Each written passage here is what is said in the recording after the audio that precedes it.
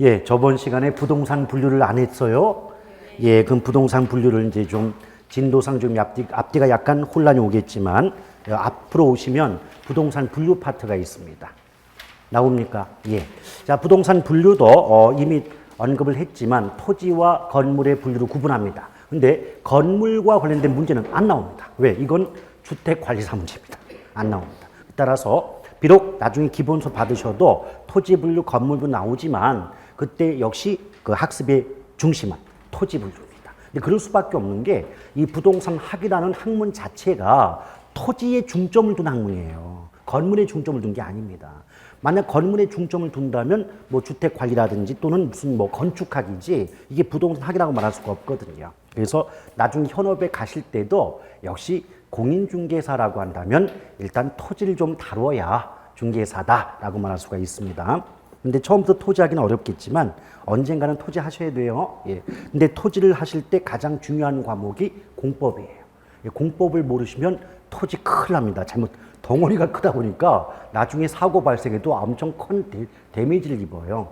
또 한 가지 중요한 과목이 개론이에요. 왜냐하면 토지를 이제 큰 토지를 거래하시는 분들은 대부분 투자 목적이잖아요. 그러니까 투자는 결국 돈을 벌기 위한 거 아닙니까? 근데 돈을 벌기 위해서 땅에 투자하는 분들은 가장 관심사가 나 돈 얼마나 벌 수 있겠니? 수익률이 얼마쯤 되니? 이게 가장 큰 관심사거든요. 근데 수익률 계산이 개론이에요.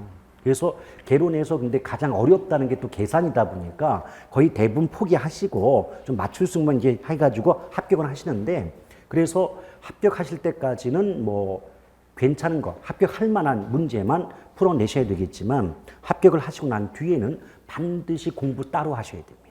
그래야만 여러분들이 중개사, 사자 돌림의 대우를 받을 수가 있어요. 근데 그거는 일단 전제 조건, 합격한 이후의 문제죠. 이제 그럼 부동산 분류인데요. 자, 토지 분류입니다. 근데 토지 분류도요, 이게 크게 두 가지로 어떻게 나눠지냐면 법률에 의한 구분, 법률상 구분과 그 다음에 부동산 활동에 따른 구분 두 가지가 나눠지는데 어차피 법률에 의한 구분은요, 공법이라든지 우리 공시법 있잖아요. 공시법이나 공법에서 따로 배우는 부분이기 때문에 별도로 개론해서 다시 언급할 필요까지는 없어요. 근데 예컨대 그 공시법 문제가 개론에 가끔 나오거든요. 근데 뭐가 나오냐면 공시법 한번 수업 받아보셨어요? 그럼 지목을 들어보셨나요? 지목 나와요. 근데 문제가 어느 정도 수준이냐면 다음 중 지목인 것은. 그럼 지목인 것은 물어보는 문제는 28개 지목의 종류만 외워놓으면 그냥 2.5점을 건질 수가 있겠죠. 그런 정도의 문제가 나오는 거지 개론에 무슨 뭐 공시 관련해 가지고 깊숙한 이론이 나오는 건 없거든요. 오케이? 그래서 그 정도 수준이기 때문에 그렇다면 지목 정도의 구분 정도 수준이라면 그냥 지목 외우기만 하면 되지 개론에서 지목은 이런 게 있고요. 이거 외우셔야 돼요. 굳이 설명할 이유가 없지 않겠습니까? 그 다음에 공법 문제도 가끔 나와요. 공법을 배우시다 보면 국토의 이용 및 계획에 관한 법률 그래서 줄이면 국계법이라고 하는데 국계법상 용도 지역을 크게 네 가지로 나눕니다. 도관, 농자 그래서 뭐 도시 지역, 뭐 관리적 이런 식으로 해서 나누는데 역시 그런 문제가 나오더라도 도관, 농자 정도만 외우면 문제 풀 수 있는 그런 수준이 나오기 때문에 굳이 우리 개론에서 언급할 이유가 없어요.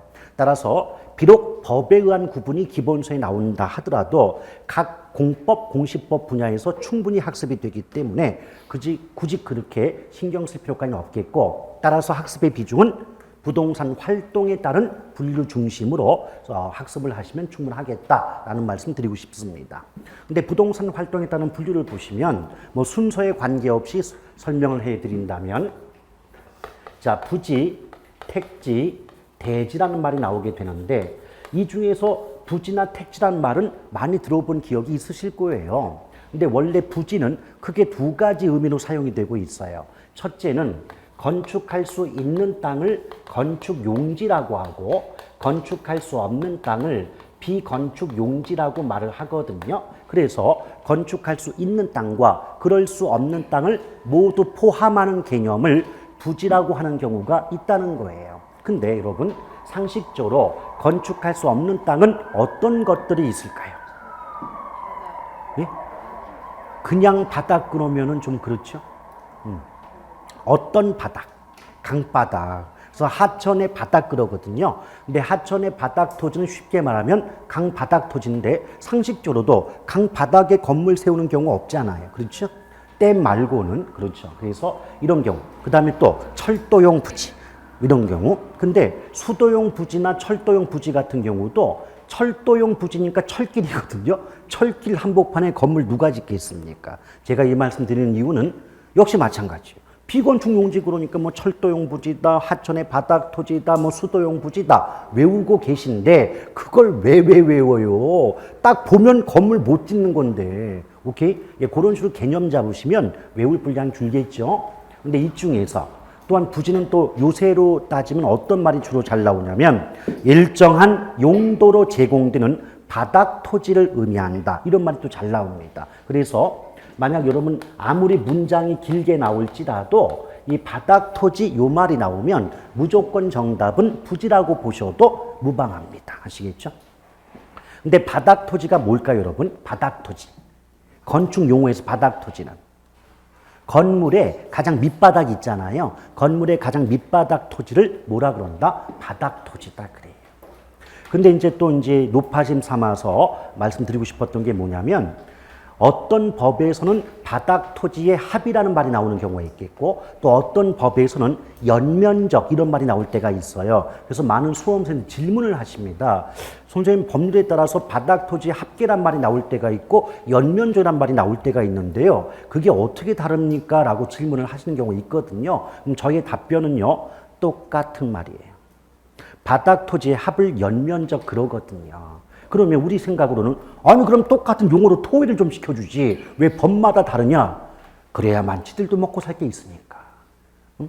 법을 만드는 입장 또는 뭐 법학자 입장에서도 남들이 그냥 알아듣기 쉽게 말하면 밥벌이가 안 될 거 아닙니까? 그래서 법률마다 똑같은 내용인데 사용하는 용어나 문장표가 다 다르다는 거. 이게 앞으로 2차 과목 법 공부할 때 굉장히 여러분들이 열받아하는 대목 중에 하나입니다. 조금 이따가 제가 대지를 말씀드리겠지만 대지도 한글은 똑같이 대지인데요. 법마다 의미가 다 달라요. 그러니까 법률에 대해서 예컨대 뭐 국계법상 대지는 이런 뜻, 건축법상 대지는 이런 뜻, 그다음에 지적법상의 대지는 이런 뜻. 이거 구분하지 못하면 헷갈려 죽습니다. 이거 아시겠죠? 그런데 이때 이 부지 중에서 건축할 수 있는 땅만 뭐라 그런다? 택지라고 해요. 저는 지금 가볍게 설명하고자 건축할 수 있는 땅 그랬지만 실제로 문장에 나올 때는 그렇게 간단히 나오진 않거든요. 한번 들어보세요. 택지란 건축의 용도로 제공되고 있거나 제공될 예정인 토지를 말한다. 이렇게 출제가 되고 있어요. 근데 문장을 잘 봐요.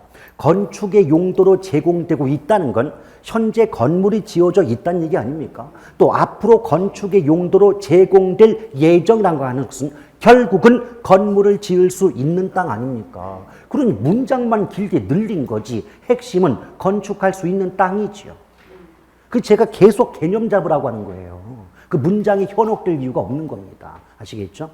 그리고 우리가 일상생활에서도 사기를 왜 당합니까? 그 사기를 치는 사람의 그 화려한 언변에 속지 않습니까? 언변에 속지 마시고 그 사람이 얘기하는 정확한 뜻이 뭐냐는 걸 알고 있다면 사기도 안 당하는 거예요. 근데 어차피 뭐 옛말에 뭐 열포졸이 도둑 한 명 못 잡는다는 말이 있습니다. 사기치려고 덤벼드는데 어떻게 당해요? 그럴 때 이게 택지가 나왔죠. 근데 택지가 나오잖아요. 그럼 어느 분야를 막론하고 뭐 금융이든 개발이든 뭐 관리가 됐든 간에 어느 파트를 막론하고 택지란 말이 나오면 반드시 따라붙는 글자가 3개가 있어요. 주상공. 그래서 주거용지, 상업용지, 공업용지가 모두 어디에 속한다? 택지에 속한다. 근데 그럴 수밖에 없어요. 왜? 주거용지가 뭐예요? 집을 짓고자 하는 땅이죠. 상업용지는 상가 짓는 땅. 공업용지는 공장 짓는 땅 아닌가요? 그럼 상가든 공장이든 집이든 간에 건물이잖아요. 그럼 건축할 수 있는 땅의 개념인 거죠. 오케이? 근데 잠깐 응용해 볼게요. 나중에 오늘은 요번 시간에 제가 말씀 안 드리면 기초 때는 말씀 안 드리지만 나중에 뭐 용도지역이란 말이 나와가지고 용도지역이 뭐 택지지역, 농지지역, 임지지역 이렇게 구분하는 게 있어요. 오늘은 안 배웁니다. 그런데 택지지역이라는 게 있는데 안 배웠으니까 뭔지 몰라요. 근데 앞에 택지자가 붙었죠. 그럼 택지 지역 속에는 뭐가 들어갈 거다? 주상공이 포함될 거다. 그래서 택지 지역은 주거 지역, 상업 지역, 공업 지역으로 다시 구분되거든요. 그럼 어떤 구조예요? 택지가 나오면 무조건 따라붙는 단어가 뭐다? 주상공. 그건 어느 파트를 막론하고 똑같은 구조라니까요. 아시겠죠? 근데 예컨대 택지가 나왔는데 무슨 농업이다, 임업이다, 곧다고 말 나오면 읽기 중단, 무조건 틀릴 수밖에는 없는 내용 아니냐 말이죠. 근데 이 택지 중에서 대지가 나오는데 이게 여러분 개념을 잘 잡아야 돼요. 무슨 말이냐? 이 대지는 크게 두 가지 개념이 있어요. 여러분 지적법이라고 들어봤어요? 지적법. 그런데요, 지적법은 이제 명칭이 법률 명칭이 바뀌었어요. 어떻게 바뀌었어요? 공간 정보의 구축 및 관리에 관한 법률 이렇게 해서 법의 명칭이 바뀌었어요. 근데 이제 말이 길다 보니까 어차피 내용은 똑같기 때문에 많은 공시법 교수님들이 그냥 옛날 지적법입니다 이렇게 하는 경우 많겠지만 원래 정식 명칭 공정법이에요. 명칭이 바뀌어가지고. 근데 어쨌든 이해를 돕고자 그냥 지적법이라고 해볼게요. 그럼 지적법에서 우리 공시법 배울 때 지목을 배웠다 그랬죠, 분명히. 지목이죠. 근데 지목 중에서 대라는 지목이 있다는 거예요. 지목 중에서 대라는 지목이 있다. 그래서 지목이 대인 토지를 일단 뭐라 그런다? 대지다. 그러니까 저때 그 지적법에서 말하는 대지는 지목이 대인 토지를 의미한다. 그런데 이때 재밌는 게 뭐냐면 주거 용지와 상업 용지는 지목이 됩니다. 근데 공업 용지는 지목이 공장 용지라는 지목이 따로 있더라는 거예요. 오케이? 그럼 생각해 봐요. 지적법에서 지목이 대인 토지를 대지라고 할 때는 택지 중에서 주거 상업 용지는 대지일 수 있지만 공업 용지는 지목이 대가 아니라 공장 용지가 되기 때문에 대지에 포함이 된다, 안 된다? 안 돼요. 안 돼요? 그런데 웃긴 게 뭐냐? 그럼 공법 배우다 보면 건축법 배워요. 근데 건축법에도 대지란 말이 나와요. 건축법에도 무슨 말 나온다? 대지란 말이 나온다. 그럼 분명히 한글은 똑같잖아요. 근데 건축법에서 말할 때 대지 속에는 주상공이 다 들어가요. 그럼 어떤 차이가 있을까요? 지적법에서 말할 때 대지, 즉 지목이 대인 토지는 택지 중에서 주상만 포함되는데 건축법에서 말하는 대지 속에는 주상공까지 다 포함되겠죠. 오케이? 그럼 여러분들이 아직 공부를 안 해봐서 그런데요. 나중에 문제풀이 하다 보면 저는 그런 질문을 많이 들어요. 선생님, 대지를 물어보는 문제가 있는데요. 어떤 문제에서는 공업용지는 포함이 안 된다고 해서 맞는 문제가 있고요. 또 어떤 문제에서는 똑같이 대지가 나오는데 공업용지까지 포함이 된다고 해서 맞는다는 문제가 있습니다. 이게 어떤 문제가 맞는 문장입니까? 이렇게 저한테 질문을 해요. 그럼 제가 어떤 답변하냐면, 그러면 선생님 저기 그 대지에 공업용지까지 포함된다고 하는 그 대지에 앞에 어떤 법이라는 명칭이 붙어 있나요? 근데 그렇게 질문을 드리면 대부분 수험생들이 그건 안 봤는데요, 그래요. 오케이? 전제가 다른 거예요. 건축법상 이래버리면 그때는 공업용지가 포함되지만 건축법상이란 말이 나오지 않았을 때는 공업용지는 포함이 안 되는 개념인데 앞은 보지도 않고 대지만 놓고 보니까 그때마다 답이 달라질 것이고 그러면 수험생 입장에서는 이 문제 잘못 낸 거 아니냐 이런 생각이 들 수밖에 없잖아요 말이죠. 제가 그랬죠. 개론은 끝까지 봐야 된다고. 문장 전체를 다 보셔야 되지 어느 한 가지만 보고 답이 뭐를 골라내고자 한다면 당연히 실수가 나올 수밖에 없어요. 오케이? 그러니까 나중에 다시 뭐 문제 풀이 때 요령을 알려드리겠지만 대지가 나왔을 때 건축법이란 말이 앞에 들어가 있으면 공업용지까지. 근데 건축법이고 나발이고 없고 그냥 대지 이렇게 나오면 그때는 공업용지는 포함되지 않는다. 이렇게 구분하시고 문제를 풀어내야 되지 않냐 그 말이에요. Understand? 그런데 제 개인적으로는 안타까운 것 중에 하나가 뭐냐면 교과서를 쓰시는 분들도 혼란이 와요. 그게 무슨 말이냐? 비유 출판사 교재에는 대지는 이렇다라고 해놓고 뭐 예컨대 시오 출판사 교재에는 대지는 이렇다 써놓고 오케이? 출판 교재마다 의미가 또 달라요. 근데 그거는 결국 뭐다?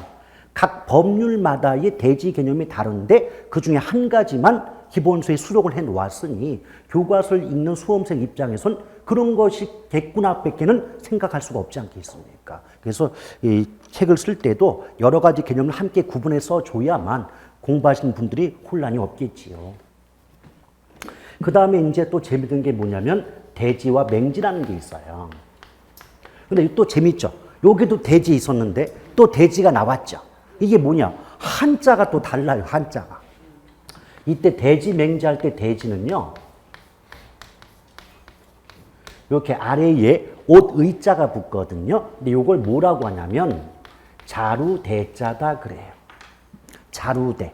그럼 자루 모양의 땅이다라고 해석할 수 있잖아요. 그렇죠? 그럼 우리가 어디서부터 출발하자? 자루의 의미부터 출발해 보자는 거예요.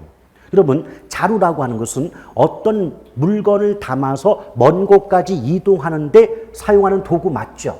근데 이동하는 과정 속에서 자루의 입구, 보통 주둥이라고 하잖아요. 그럼 자루의 입구 주둥이가 넓어버리면 내용물이 튀어나올 거 아닙니까? 그럼 그렇지 않게 하려면 자루의 입구, 즉 주둥이는 넓어야 돼요? 좁아야 돼요? 그래서 대지는 입구가 좁은 땅이에요. 오케이? 그냥 처음부터 입구가 좁은 땅이다라고 외우지 마시고 왜 입구가 좁다라고 말할 수밖에 없느냐? 자루다. 그럼 자루는 주둥이가 좁아야 되는 거 아니냐 말이죠. 오케이? 근데 이런 경우도 저는 지금 입구가 좁은 땅 그랬지만 실제 문장으로 나올 때는 그렇게 쉽게 나오진 않겠죠. 그럼 어떻게 나오느냐? 한번 들어보세요. 대지란 좁은 통로, 좁은 통로에 의하여 공도의 접속면을 갖는 토지다 그래요. 근데 공도라고 하는 건 함께공 길도기 때문에 여러 사람이 함께 사용하는 길이에요. 그냥 길인데 길 그러면 알아들으니까 공도라고 하는 거예요. 오케이? 뭔 말인지 알아들어요? 그래서 좁은 통로에 의해서 여러 사람이 이용하는 길에 연결된 그 땅을 뭐라 그런다? 대지다. 근데 이것도 표현은 달라졌지만 통로가 좁다라고 하는 건 결국 입구가 좁다는 말과 같은 거 아니냐고. 오케이? 그래서 개념을 정확히 잡으란 말입니다. 근데 여러분 또 질문 들어갑니다. 여러분 생각으로는요, 입구가 넓은 땅과 입구가 좁은 땅이 있다고 할 때 어떤 땅을 선택을 하실 거예요? 넓은 땅이죠. 그럼 좁은 땅은 선택하려 하지 않겠죠. 사고자 하지 않겠죠. 그러면 넓은 땅에 비해서 입구가 좁은 땅은 그 땅의 값어치가 높을까요? 낮을까요? 자, 그럼 응용합니다. 우리 아까 가치가 깎이는 경우를 감가한다 그랬죠. 그럼 대지는 가치가 깎이죠. 그럼 합하면 네 글자로 대지 감가가 발생한다. 또는 대지는 감가의 대상이 된다. 즉 가치가 깎인다 그 얘기 아니냐고. 오케이? 그런데 이런 대지는요, 비록 가치는 깎일지언정 건축 허가는 나요. 그 말은 건물은 지을 수 있는 땅이 되죠. 이때 건물을 지을 수 있다. 이 말을 개론 교과서는 어떻게 말하냐면 대지는 입구가 좁은 토지로서 감가의 대상은 될지언정 건축법상 제한을 받지는 않는다. 건축법상 제한을 받지 않는다. 그 말은 건축 허가는 난다. 건물은 지을 수 있다 이 뜻 아니겠냐고. 오케이? 이에 비해서 아주 참담한 땅이 맹지입니다. 이 맹자가 뭐냐면 우리 그 눈이 보이지 않는 분들을 뭐라 그래요? 그래요. 앞 못 볼 맹이거든요. 그러면 땅이 무슨 눈이 있다고 앞을 못 보느냐? 이게 무슨 말이냐면 여기 이제 이렇게 토지들이 있는데요. 요 사각형 하나하나가 토지라고 보자 이거예요. 땅이다. 그럼 가운데 토지를 A라고 본다면 사방이 길이에요. 물론 저는 지금 길 그랬지만 실제 시험에 나올 때는 공도, 오케이? 그럼 봐봐요. 가운데 A 토지만 빼고는요, 나머지 토지는 한쪽 면이라도 길과 연결된 면이 있죠. 근데 가운데 A 토지는 사방이 다른 토지로 에워싸여 있기 때문에 그 땅에 어떤 면도 공도, 길에 접속된 면이 없지 않습니까? 그럼 사방이 다른 땅으로 에워싸여 있으니 배는 게 없다는 거예요. 그래서 뭐다? 맹지다. 오케이? 그럼 맹지는 당연히 가치가 깎일까요? 오를까요? 깎여. 오케이? 가치가 깎이는 데다가 더 큰 건 대지는 그나마 건물은 지을 수 있었잖아요. 맹지 상태에서는 건축 허가가 안 납니다. 그래서 건물을 지을 수 없는 땅이 뭐다? 맹지가 돼요. 오케이? 자, 그런데 여러분 우리 주변에서 그런 경우 못 보셨나요? 어떤 사람이 땅을 샀는데 자기가 돈을 들여가지고 길을 내는 경우가 있어요. 그런 경우 못 보셨나요? 보셨습니까? 보신 분도 계시고 못 보신 분도 계시겠지만 그건 뭐냐? 맹지는 길과 연결된 면이 없죠. 그 상태에서는 건물 못 짓죠. 그 맹지를 속아서 사신 분들은 자기 돈을 들여서 길을 내야만 건물을 지을 수 있는 땅이 돼버려요. 오케이? 그래서 주변에 다른 땅을 매입한다거나 아니면 자기 돈을 들여서 길을 만들지 않고는 건물을 짓지 못하는 상태가 돼요. 그러니 싸다고 마구 사는 게 아닙니다. 근데 역으로요, 알아서 훨씬 그 돈을 많이 번 케이스가 있어요. 누구냐면 그 핑클의 가수 이효리 아닙니까? 이효리 걔가 머리를 잘 굴린 거예요. 제주 땅을 사면서 걔는 일부러 맹지를 샀어요. 그럼 땅값이 쌌겠죠. 그 땅값, 싼 땅을 사가지고 돈 있으니까 길을 낸 거예요. 그러면 건물을 지을 수 없는 땅이었던 게 건물을 지을 수 있는 땅으로 바뀌었죠. 그럼 그 땅의 값어치는 몇 배로 올랐을 거 아닙니까? 그럼 도로 내는 비용 빼고라도 단기간에 양도 차익이 어마어마했겠지요. 걔는 머리를 굴린 거고 대부분은 속은 거고. 그렇지 않겠습니까? 그래서 이 증을 따든 안 따든 간에 부동산에 관심이 있는 분들은 공부해 볼 만한 가치가 있는 겁니다. 됐사옵니까? 예. 근데 이게 나중에 이제 민법에 이렇게 나오잖아요. 그러면 뭐 주위 토지 통행권이 무슨 이런 권리가 다 나오는 겁니다, 이게. 그리고 뭐 요역지다, 승역지다 이런 말 나중에 민법 배우다 보면 다 나오거든요. 그게 전부 맹지와 관련된 내용이에요. 그러니까 결국 뭐냐면 똑같은 말이 나와도 민법에서는 어떤 권리가 있니? 이게 누구의 소유니? 이걸 따지는 게 민법이고 개론은 이 땅은 이런 뜻이요 하는 걸 밝히는 게 개론이고 이해 가시겠죠? 예. 그 다음에 이제 그 나지와 건부지라는 게 있는데 물론 미리 말씀드릴게요. 이 토지의 분류도 한 15가지가 넘지만 기초 입문이니까 제가 나지나 건부지까지만 말씀드리고 요거는 마칠게요. 오케이? 예. 물론 나중엔 다 합니다. 나지할 때 나는요, 벌거벗을 납니다. 나체할 때 나란 말이에요. 그럼 땅이 벌거벗었다. 이게 무슨 말이냐면, 여기 이제 A라는 토지가 있잖아요. 그 땅 위에, 토지 위에 건물이 없는 토지를 뭐라 그런다? 나지라 그래요. 오케이? 그런데 여러분이 개념을 잡을 때는 그냥 건물이 없는 땅 하면 되는데, 마찬가지예요. 시험에 나올 때는 그렇게 간단히 나오진 않겠죠. 그냥 한번 차분히 들어보세요. 시험에 나올 때 나지는 이렇게 나옵니다. 나지란 지상, 땅 위에 지상에 건축물 등 개량물이 없는 토지로서 지상권 등 토지의 사용 수익을 제한하는 사법상 권리가 설정되어 있지 아니한 토지를 의미한다라고 출제가 됩니다. 근데 그런 표현들은요, 자꾸 접하다 보면 익숙해지니까 크게 걱정할 필요 없고 일단 핵심 뭐다? 땅 위에 건물 없다. 근데 건부지는 뭐가 포인트냐? 이게 건물 아니야 말이지 이게. 따라서 뭐다? 건물이 있는 땅이 뭐예요? 건부지요. 이해가십니까? 예. 자, 이제 비교합니다. 여러분 생각해봐요. 여러분이 생각하셨을 때는 건물이 없는 땅과 건물이 있는 땅을 비교했을 때 있는 땅, 없는 땅 중에서 어느 땅이 토지의 거래 자체는 보다 쉬울까요? 건물이 있는 땅, 없는 땅? 없는 땅. 건물이 없는 땅이 건물이 있는 땅보다는 거래가 쉬워요. 근데 이것도 거래가 쉽다, 뭐 거래가 용이하다, 이러면 금방 알아들을 거 아니에요? 절대 그런 말 안 써줘요. 어떤 말씀이냐? 나지는 건부지에 비하여 시장성이 높다 그래요. 그럼 시장성의 뜻이 뭐냐? 거래 가능성. 거래 가능성이 높다는 건 결국 그만큼 거래가 쉽다, 어렵다. 쉽다는 의미가 돼요. 그리고 또 하나, 또 질문 들어가요. 여러분이 생각하셨을 때 건물이 없는 땅과 있는 땅을 비교해 보면 어느 땅이 보다 다양한 용도로 이용이 가능할 거라고 생각합니까? 없는 땅. 그렇죠. 이해 갔죠?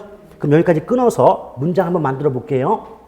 시장성과 용도의 다양성 측면에서 나지가 건부지보다 우월하다. 맞아요. 그 말을 우리가 아는 말로 해석하면 건물이 없는 땅인 나지는 건물이 있는 땅인 건부지보다 거래도 쉽고 보다 다양한 용도로 이용이 가능할 수 있지 않니? 이 말 아닌가요? 그러면 여러분이 생각할 때 일반적으로 나지와 건부지 중에서 어느 땅의 값어치가 보다 높을 거라고 생각하셔요? 나지죠. 보다 쉽게 거래도 되고 보다 다양한 용도로 이용이 가능하니까 나지의 가치가 건부지 가치보다 높게 평가될 수 있겠죠. 근데 지금 제가 일반적으로 그랬어요. 일반적으로. 그러니까 결국 대부분 이해했다고 보고 일반적으로 나지의 가치가 건부지의 가치보다 높게 평가되거든요.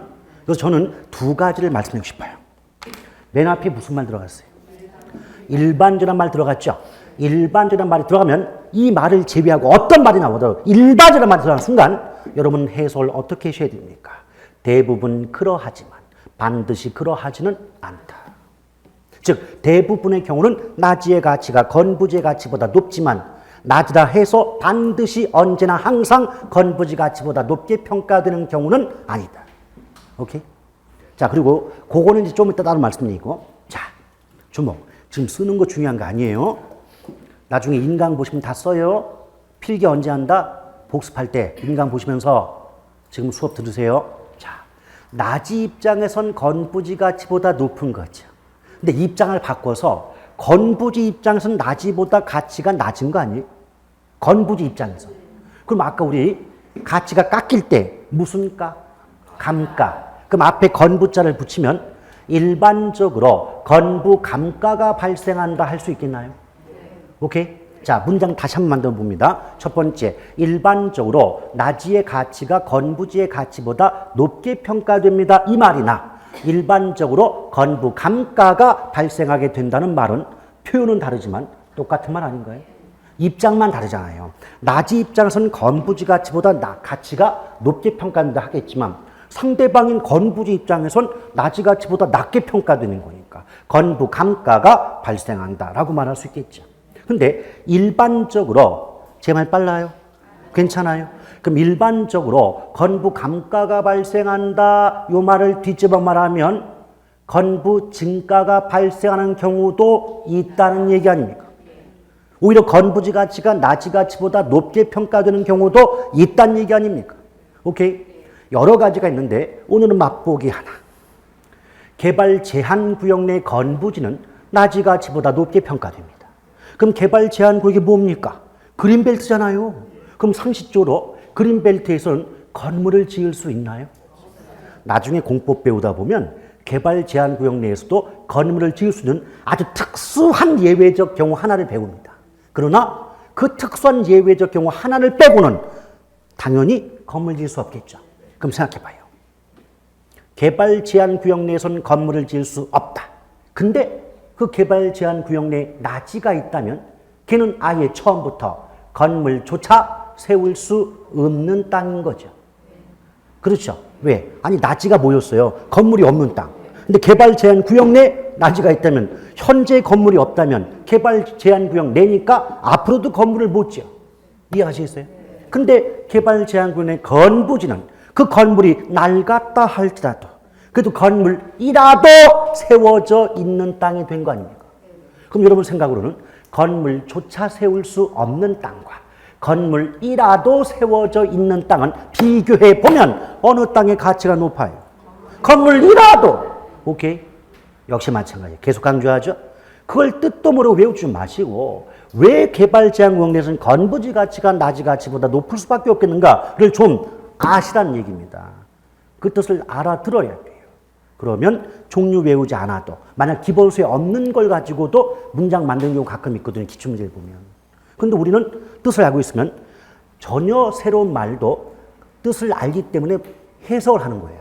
이렇게 되면 이게 말이 되냐 안 되냐. 국어적인 입장에서 이러면 말이 된다 안 된다 할 때 말이 되면 그 말은 맞는 거예요. 근데 말이 안 되면 걔는 틀린 말이거든요. 오케이? 그렇게 되기 위해서는 뭘 해야 돼요? 해석을 할 줄 알아야 되고 해석을 하려면 뭘 해야 돼요? 단어 뜻을 정확히 알아야지. 개념을 정확히 잡아야지. 오케이? 그래서 제가 전에는 좀 여러분 첫 시간에는 조금 겁을 좀 드리고자 외워서 암기해서 맞춰준 점수는 40에 불과합니다 했지만 사실은 50점 정도 나와요. 암기만 하더라도. 그런데 50 갖고는 항상 마음이 불안하죠. 근데 60도 사실 불안한 거예요. 왜? 아니 뭐 누가 뭐라고 하든 내가 안정권에 들려면 최소 65점 정도는 맞아야 되는 거 아니에요? 근데 65점을 맞으려면 제가 뭐라 했죠? 80을 목표로 해서 수업을 받고 공부를 해야만 65점도 나온다 그랬죠. 그러니까 공부 그렇게 하셔야 돼. 대충 뭐 암기해서 될 거는 그거 같으면은 저도 고생 없고 여러분도 고생할 거 없어요. 암기법 정도로만 6, 70이 나오면 저도 외우세요 이렇게 해서 암기법 개발해서 알려만 드리면 참 수업 편하지 않겠습니까? 안 그렇다는 게 문제입니다. 안 그렇다는 게. 자, 그렇게 보시면 돼요. 자, 여기까지 보고 나머지 이제 나와 있는 게 무슨 뭐 빈지다, 법지다, 선하지, 한계지, 휴한지, 유휴지, 공지, 공한지 여러 가지가 있어요. 포락지까지. 근데 그런 것들은 나중에 본 수업 때 연결을 하도록 하겠습니다. 근데 재밌는 땅이 한 가지 있어서 소개를 하고 싶은데 포락지라는 게 있어요. 포락지. 포락지가 뭐냐면 한마디로 말하면 물에 잠긴 땅이요. 내 땅이 물에 잠긴 경우가 포락지예요. 동생이 깨구락지인데 자, 근데 그 포락지가 왜 우리한테 중요성이 갖냐면 사실 개론에서는 그다지 큰 중요성이 없는데 요번 26회 시험에 나왔어요. 어떻게 나왔니? 아무것도 아니에요. 물 밑에 잠긴 땅이 뭐니 그랬어? 문제가 물 밑에 잠긴 땅 그랬어요. 뭐 포락지. 오케이? 그게 나왔어요, 요번 시험에. 근데 실제로 요번 시험에는 포락지가 나왔지만 실제로 우리 시험에 포락지가 자주 나오는 경우는 없거든요. 근데 여러분들은 이제 포락지 그러면 물에 잠긴 땅이라고만 개념 잡으시면 되지만 역시 마찬가지죠. 문자로 나올 때는 좀 더 복잡하고 어렵게 나오겠죠. 그냥 한번 들어보세요. 포락지란 지적 공부에 등록된 토지 중 지반이 절토되어 하천의 바닥이 된 토지를 의미한다라고 나와요. 근데 그게 무슨 말이냐? 지적 공부에 등록된 토지, 그러니까 소유권이 인정된, 그러니까 토지 문서에 등록된 토지 중에서 지반이 절토, 흙이 무너져 내려 하천의 바닥, 강에 잠긴 땅이다 그 말이에요. 해석해 보면. 근데 결국 핵심 뭐예요?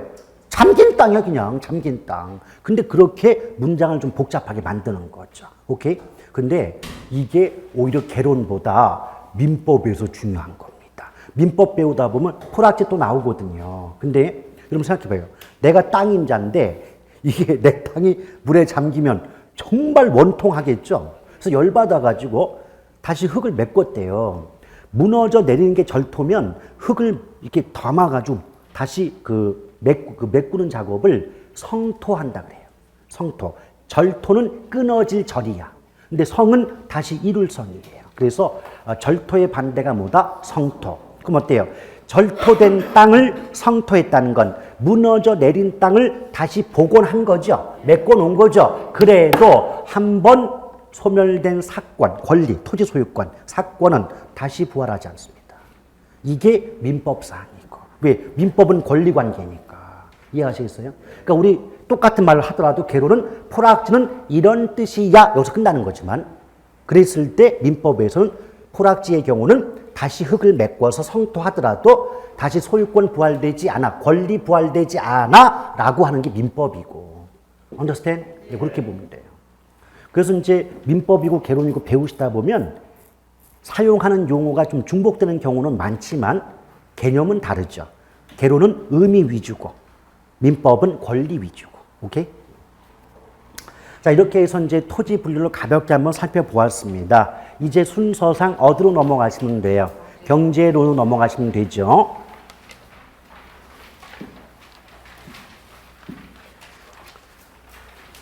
자, 경제론으로 넘어가다 보면 어느 교재든 막론하고 경제론의 첫 번째는 수요 공급의 기본 이론 또는 개념이 나오게 될 수밖에 없어요. 그래서 일단 그 교재를 보시면 왼쪽에는 수요 나오고 오른쪽에는 공급이 나올 거예요. 그렇죠? 그런데 여러분 이걸 보세요. 어차피 여러분이 가지고 계신 교재는 평면적이에요. 평면적. 이게 뭐 표면은 뭐 그림이 올라오는 건 없잖아요. 그렇죠? 평면적이다 보니까 수요 따로 공급 따로 쓸 수밖에 없어요. 그런데 수요나 공급은 상대적 개념이기 때문에 항상 묶어서 비교할 필요가 있어요. 무슨 말이냐? 수요를 가볍게 말씀드리면 사는 쪽이에요. 공급은요, 파는 쪽이에요. 그러면 거래 당사자에게 있어서 사는 쪽이 있으면 당연히 파는 쪽이 있는 거 아닙니까? 그렇죠? 그럼 당연히 수요 따로, 공급 따로 구분해서 공부할 것이 아니라 수요와 공급을 함께 묶어서 비교해야만 분량은 절반을 줄 것이며 이해도는 2배가 커지는 겁니다. 아시겠죠? 자, 그럼 항상 어떤 문장을 읽으시거나 문제를 푸실 때 수요라는 단어가 나오면 내가 이 물건을 사는 입장이라면 나는 어떻게 생각하고 어떻게 행동할까? 이걸 염두에 두고 공부를 하는 것이고, 공급이란 말이 나오면 파는 입장에서 내가 이 물건을 파는 쪽이라면 나는 어떻게 행동 생각할 것인가? 이걸 염두에 두고 문장 읽잖아요. 쉬워요. 근데 이것을 제3자의 입장에서 그냥 이론이야 라고 놓고 이렇게 보잖아요. 되게 어려워요. 맨날 헷갈리고. 아시겠죠? 그러니까 내 입장에서 보란 말이에요. 내 입장에서. 그럼 여러분 생각해 봐요. 일단 거기 쓰진 않을게요. 거기 이제 수요의 의미가 가장 먼저 나오는데, 수요의 의미 보시면 어떤 재화나 용역 그래요. 그러니까 인간 생활에 필요한 재화와 용역을 구매, 즉 사고자 하는 욕구, 의사, 계획을 의미한다라고 문장 나오죠. 근데 그건 의미이기 때문에 어떻게 바꿔줄 수가 없어요, 제가. 그거는 말뜻 그대로입니다. 근데 그 문장을 잘 보세요. 재화나 용역이란 말 나왔죠. 이 재화나 용역은 제가 잠시 후에 따로 말씀드리겠지만, 재화는 상품, 물건의 뜻이에요. 상품, 물건. 그러니까 여태까지 여러분들이 어떤 물건, 상품 얘기했다면 앞으로는 배우셨으니까 재화라는 말을 자꾸 이용하세요. 용역은요, 인간의 활동이에요. 인간의 활동. 여러분 생각해봐요. 만약 제가 여러분 앞에서 수요는 이런 뜻입니다라고 설명을 하고 있죠. 강의를 하고 있죠. 그럼 강의를 하고 있는 이 내용은 용역, 인간의 활동이지 물건이 아니지 않습니까? 오케이? 그래서 인간에 의해서 이루어지는 모든 활동은 뭐다? 용역이다. 예컨대 단적으로요, 프로 배구 선수나 농구, 야구 선수들이 그 농구, 야구, 배구 경기를 함으로써 그걸 지켜보는 관중들에게 어떤 효용, 즐거움을 주게 되죠. 그 자체를 뭐라 그런다? 용역, 용역. 근데 괜찮아요. 다만 그나마 다행스러운 건 우리 시험에 용역은 출제되지 않습니다. 그러니까 뜻 정도만 인간의 활동이야. 그게 용역이야. 뜻 정도만 알면 되시고, 원래 경제학을 따져보면 용역도 직접 용역과 간접 용역 막 나눠지고 종류가 되게 많거든요. 근데 그걸 물어보는 건 완전한 경제학 문제가 되기 때문에 우리 시험에 안 나와요. 제가 볼 땐 지금까지 나온 적도 없고 앞으로 나올 수도 없고 나와서도 안 되는 문제입니다. 그러나 재화, 상품에 대해서는 그렇게 잘 물어봐요. 그건 조금 있다가 우리 시험에 자주 나오는 몇 가지 재화의 종류를 말씀드릴게요. 그 다음에 그 뒤에 문장을 보면 재화와 용역을 구매, 즉 사고자 한다 그랬죠. 사고자 하는 이 말은 이미 샀다, 앞으로 사려고 한다. 사려고 한다죠. 그럼 어때요? 이미 샀다의 개념이 아니죠. 그럼 사후적일까요? 사전적일까요? 그래서 수요와 공급은 모두 사전적 개념 그럽니다. 예컨대 수요량도 이미 구입한 양이 아니라 구입하고자 마음을 먹은 그런 생각 갖고 있는 양을 뭐라 그런다? 수요량 그러는 거예요. 오케이? 그 다음에 의사, 욕구, 계획 그랬잖아요. 그러니까 어떤 물건을 사고 싶은 그 생각, 마음 자체를 뭐라 그런다? 수요. 예컨대 단적으로요, 여러분들이 이제 수업을 마치고 이제 귀가를 하실 때 이 뭐 골목길이라든지 도로를 거닐다 보면 여러 점포에 진열되어 있는 여러 가지 상품을 보시면서 저거 마음에 든다, 사고 싶은데 이 자체가 뭐다? 수요다. 사고 싶은 마음 자체, 생각 자체를 뭐라 그런다? 수요다. 좀 더 단적으로 말씀드리면 어떤 물건을 샀잖아요. 물건을 샀다, 이걸 소비라고 해요. 사고자 한다는 걸 수요라고 하고. 그럼 소비는 이미 샀으니까 사후적이죠. 근데 수요는 사고자 하는 거니까 사전적이다. 그럼 여러분 생각해 봐요. 소비는 이미 어떤 행동이 이루어지고 난 후니까 사후적이고 수요는 그런 행동을 하고자 하는 거니까 사전적이죠.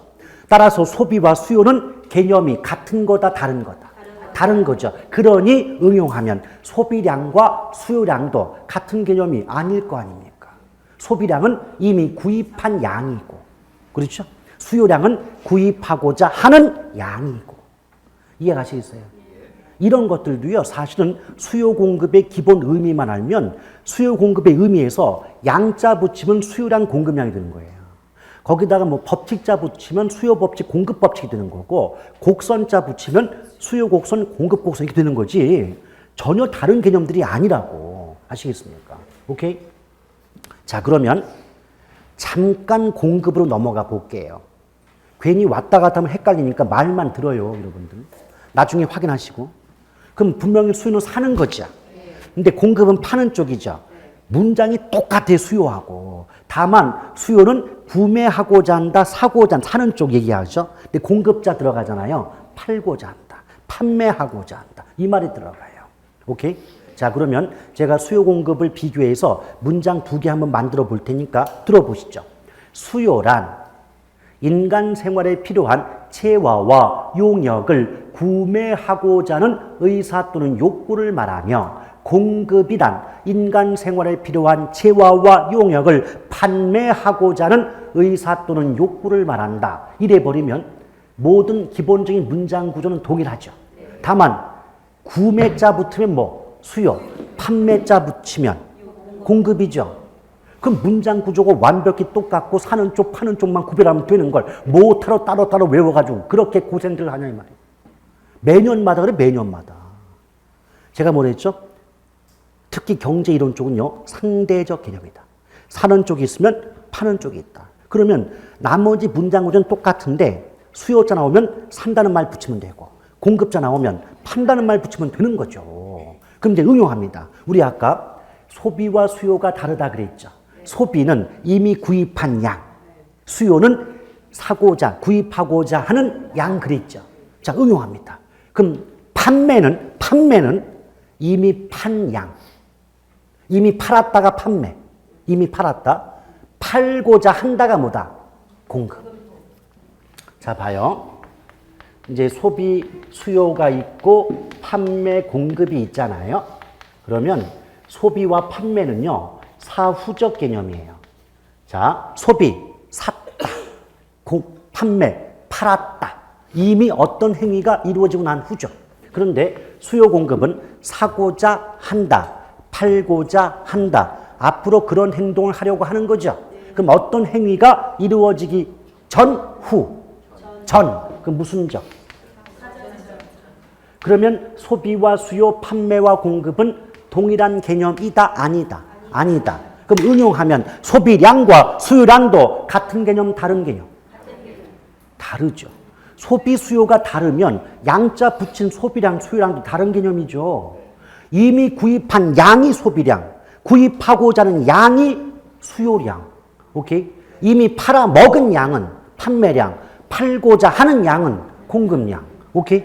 그러니까 소비, 수요, 판매, 공급이 기본적으로 일치하지 않으면 소비량, 수요량, 판매량, 공급량도 같은 개념이 아닐 수밖에 없는 거죠.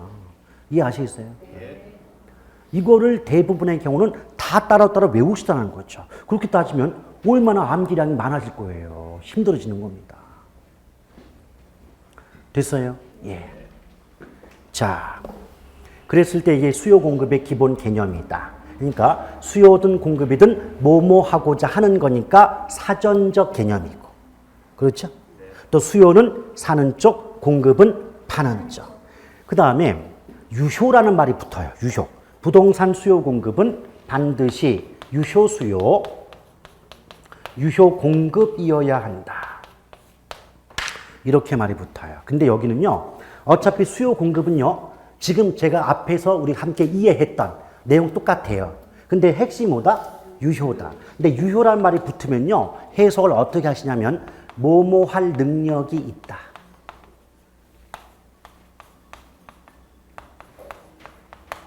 자, 뭐뭐 할 능력이 있다 그래요. 여러분 이런 경우 있잖아요. 쇼윈도에 걸린 어떤 투피스가 있대요. 너무너무 사고 싶어요. 근데 돈이 없대. 자, 이 말은 뭐다? 사고 싶은 욕구는 있죠. 생각은 있죠. 마음은 있어요. 근데 살 능력 없죠. 그럴 땐 유효수요란 말 안 써요. 따라서 유효는 능력이 있어야 되는 거죠. 자, 이제 끊어볼게요. 수요는 사고 싶은 욕구죠. 근데 유효는 살 수 있는 능력이야. 오케이? 이거 뭐다? 사고 싶은 마음뿐 아니라 살 수 있는 능력까지 있을 때 무슨 수요다? 유효 수요다. 오케이? 그럼 그거를 조금 예쁘게 바꾸면 이렇게 말하는 거죠. 유효 수요란 구매 능력을 수반한 수요를 의미한다. 구매 능력, 살 수 있는 능력을 갖추었을 때 그 수요를 뭐라 그런다? 유효 수요다. 오케이? 그러면 유효 공급은 이렇게 말할 수 있지 않을까요? 판매 능력을 수반한 공급을 말한다. 이해하시겠어요? 그래서 수요든 공급이든 기본 구조, 유효자가 붙으면 판매 능력, 구매 능력이 있어야만 비로소 뭐라고 한다? 유효자를 붙인다. 또 수요는 사고자 하는 욕구, 공급은 팔고자 하는 욕구. 욕구란 말은 그냥 마음, 생각. 오케이? 그러니까 갖다 붙이면 뭐가 돼요? 유효소란 구매 의사는 물론이고 구매 능력까지 갖춘 수요를 의미하며 유효 공급이란 판매 의사는 물론이요 판매 능력까지 갖춘 공급을 의미한다 라고 말할 수 있는 거죠. 그러니까 말은 그렇게 좀 예쁘게 포장할 수 있지만 결국 해석해보면 사고 싶은 마음뿐 아니라 살 수 있는 돈도 있을 때 또 팔고 싶은 마음뿐 아니라 판매할 수 있는 능력도 있을 때 각각 무슨 글자를 붙인다. 유효. 근데 또 이렇쯤 되면 궁금함이 따라요. 그러면 사고는 싶은데요. 돈이 없을 땐 뭐라고 해요? 그런 단어도 있어요? 있어요. 가수요. 저 잠재수요. 잠재수요. 잠재수요가 뭐냐면 너무 사고 싶어. 근데 살 능력이 없어요. 그걸 뭐라고 한다? 잠재수요. 또는 예비적 수요 그러거든요. 근데 이게 왜 예비적 수요냐면 여러분 현실 잘 봐요. 나 이거 A라는 물건 너무 갖고 싶어요. 근데 지금은 돈이 없어요. 뭐 해요? 찜해 놓으면 또는 장바구니에 담기 하면 나중에 돈 생기면 그거 찜해 놓은 거, 담은 거 사죠. 그러니까 무슨 말이냐? 왜 예비라는 말을 쓰냐면 지금은 현역이 아니지만 돈이 없어서 왜 군인들도 현역 예비군 있잖아요. 지금은 돈이 없으니까 현역이 아니지만 앞으로 돈이 생기면 현역, 즉 그 물건을 구매하게 되지 않니? 그러니 지금은 예비군이다. 이런 점에서 예비적 수요 그래요. 오케이? 근데 그 말이 어려우시면 그냥 어떻게만 기억하자. 사고 싶은 마음은 있는데 살 수 있는 능력이 없을 때 예비 또는 잠재. 그랬던 그녀가 살 수 있는 능력까지 갖추었을 때는 유효. 됐습니까? 이걸 곧바로 공급에 갖다 붙이면 똑같은 말이 되는 거예요. 어렵지 않아요. 그러니까 제발 따로따로 공부하지 말라고. 항상 수요 공급은 묶어서 비교하는 겁니다. 오케이? 자, 여기까지 보고 좀 쉬었다 가죠.